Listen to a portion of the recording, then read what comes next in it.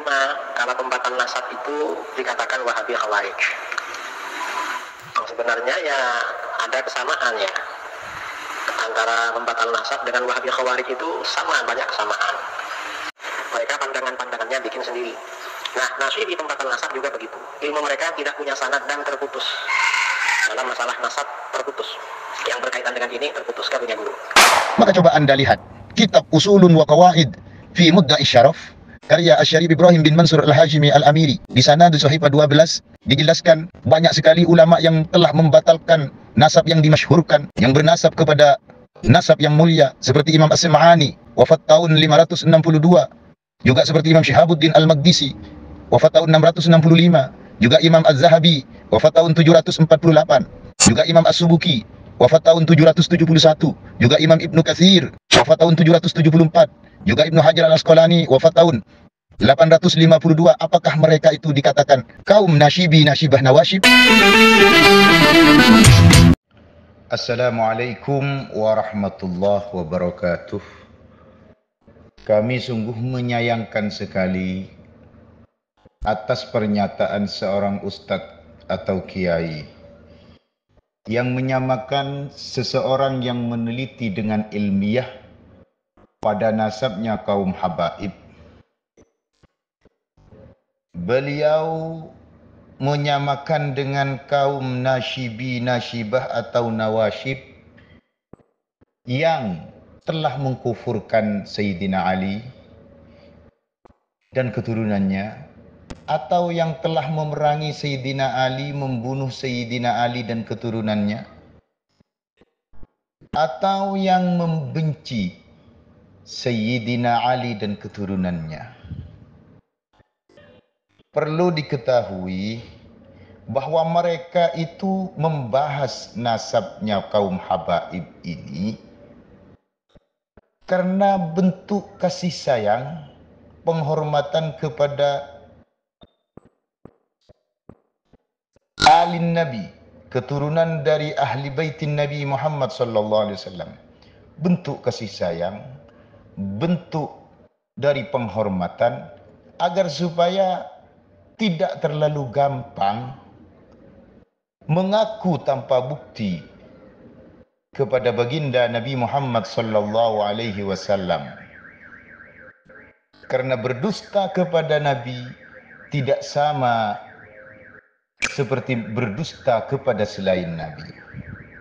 Baik itu berupa nasab, baik berupa perkataan atau perbuatan yang disandarkan kepada Nabi. Kenapa sampai mereka meneliti tentang nasabnya baginda Nabi Muhammad sallallahu alaihi wasallam? Karena sudah rata, mulai dari ketuanya sampai ke bawah, dari yang tokoh besar sampai yang biasa, telah mengatakan selalu menghidupkan lagi tradisi jahiliyah yang telah lama dikubur oleh baginda Nabi Muhammad sallallahu alaihi wasallam, yaitu at-tafakhur bil ahsab, bangga-banggaan dengan nasab. Dan bahkan ada yang sampai menghina para ulama. Apakah ini dibiarkan?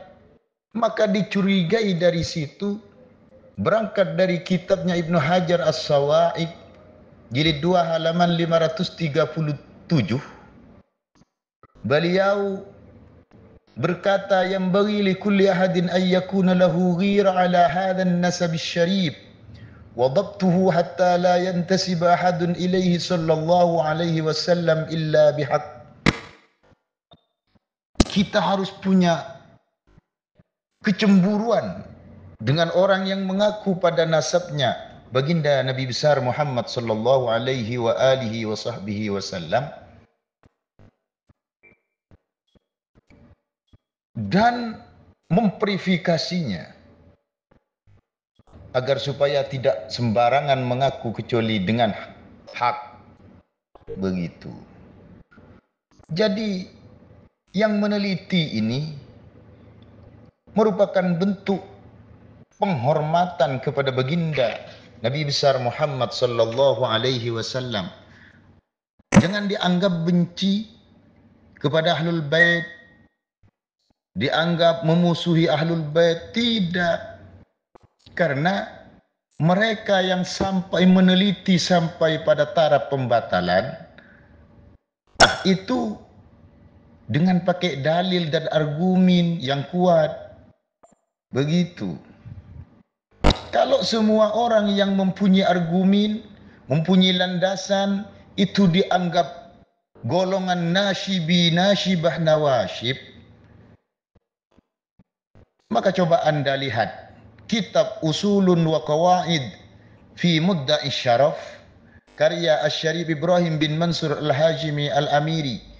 Di sana di Sahifah 12 dijelaskan banyak sekali ulama yang telah membatalkan nasab yang dimasyhurkan, yang bernasab kepada nasab yang mulia, seperti Imam As-Sim'ani wafat tahun 562, juga seperti Imam Syihabuddin Al-Maqdisi wafat tahun 665, juga Imam Az-Zahabi wafat tahun 748, juga Imam As-Subuki wafat tahun 771, juga Imam Ibnu Katsir wafat tahun 774, juga Ibnu Hajar Al-Asqalani wafat tahun 852.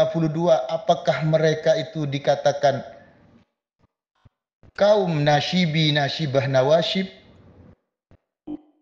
Janganlah begitu. Lawanlah kalau mampu dengan data yang valid. Mereka hanya meminta data verifikasi abad 4 sampai abad 9. Sumbernya mana? Adakah sumber Abdullah di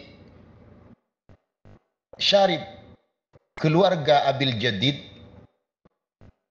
Ini yang Abdullahnya bernama Ubaid. Adakah itu?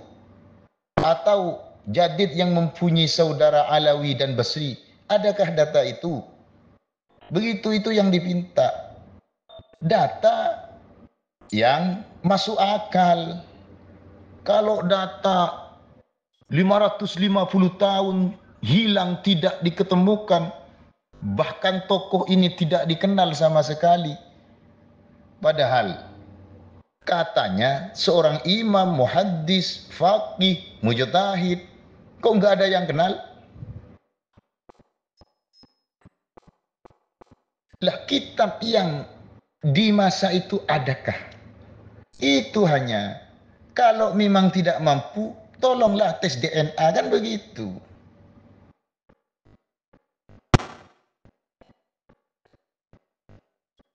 Itu yang dituntut, bukan membenci ulama, tidak. Bukan membenci aulia, tidak. Kami hanya meneliti riwayat itu benar apa tidak, begitu.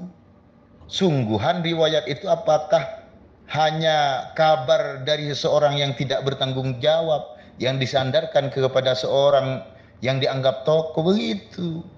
Bukan membenci itu. Itu meneliti. Oleh sebab itu,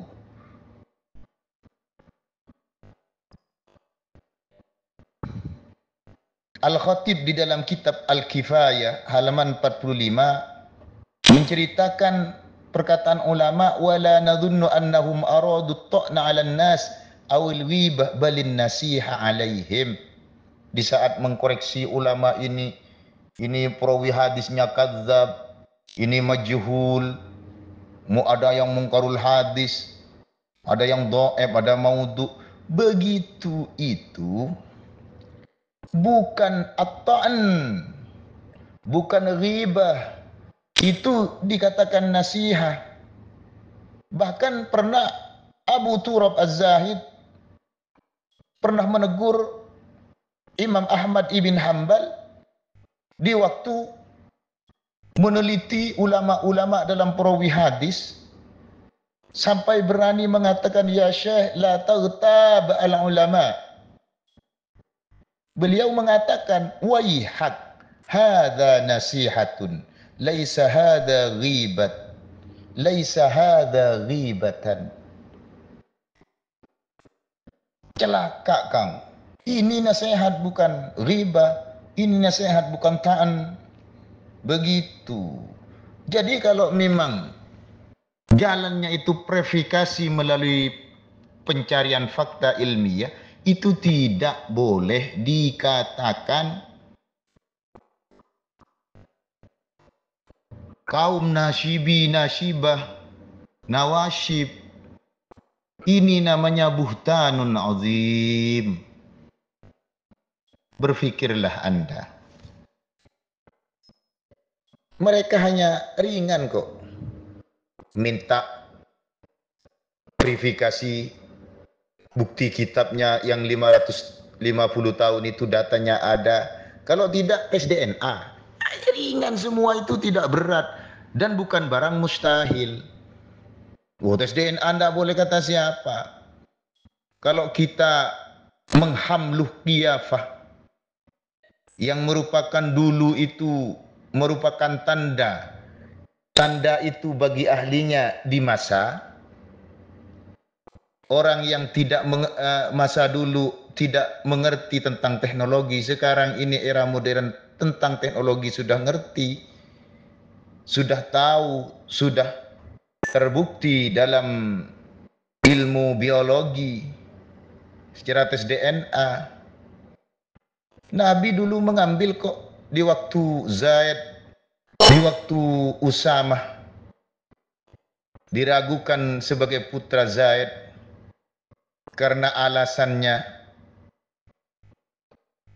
warna kulitnya tidak sama, tapi Nabi tidak menampakkan keingkaran, bahkan Nabi membuktikan dengan qiyafah itu. Apa salahnya kalau dibuktikan dengan tes DNA? Kok malah diharamkan? Begitu.